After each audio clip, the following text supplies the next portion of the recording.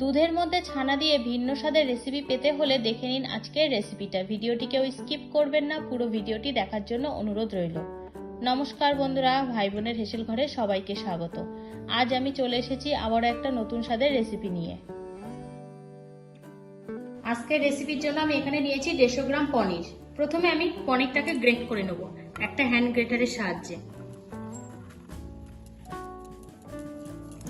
এই রেসিপিটার জন্য চাইলে আপনারা লিকুইড দুধ থেকেও ছানা বার করে নিতে পারেন।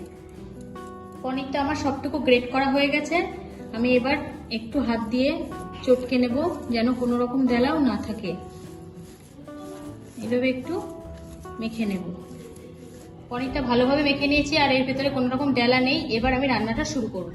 গ্যাসে কড়াই বসিয়ে দিয়েছি, কড়াইটা গরমও হয়ে গেছে। এখন আমি এর মধ্যে দিয়ে দিলাম হাফ চামচ ঘি।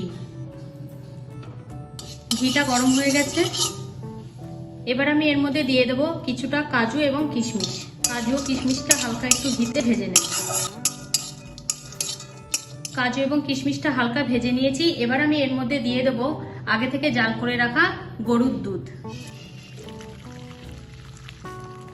এবার এই দুধের মধ্যে আমি দিয়ে দেবো 2 চামচ মতো গুঁড়ো দুধ। যে কোনো পায়েসে গরুর দুধের সাথে একটু যদি গুঁড়ো দুধ মেশানো যায় তাহলে কিন্তু পায়েসের টেস্টটা অনেক বেশি বেড়ে যায়।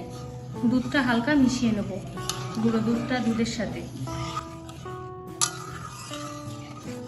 এই দুধের মধ্যে এবার আমি দিয়ে দিলাম 2টো এলাচ ফাটিয়ে দিয়েছি। এখানে আপনারা চাইলে এলাচ গুঁড়ো ব্যবহার করতে পারেন। এবার আমি দুধটা বেশ কিছুক্ষণ জাল করে নেব।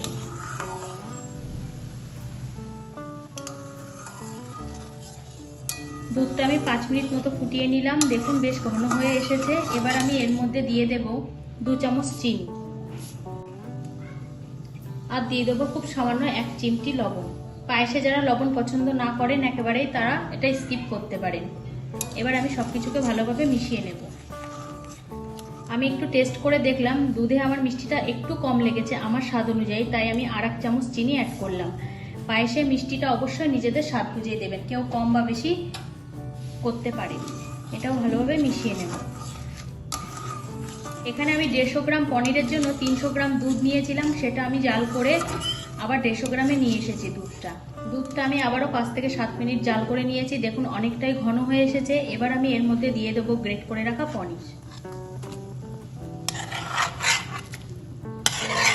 পনিরটাও আমি দুধের সাথে ভালোভাবে মিশিয়ে নেব।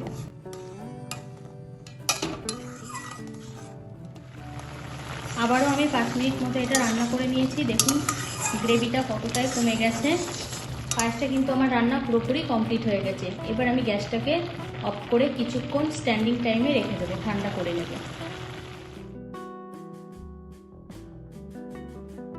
আজকের রেসিপিটা তাহলে এই পর্যন্ত। যে সকল নতুন বন্ধু আমার ইউটিউব চ্যানেল থেকে দেখছেন তারা অবশ্যই চ্যানেলটিকে সাবস্ক্রাইব করে দেবেন, আর যে সকল বন্ধুরা ফেসবুক থেকে দেখছেন তারা অবশ্যই ফেসবুক পেজটিকে ফলো করে দেবেন। আজ তাহলে এই পর্যন্ত, দেখা হচ্ছে পরের কোনো নতুন রেসিপিতে।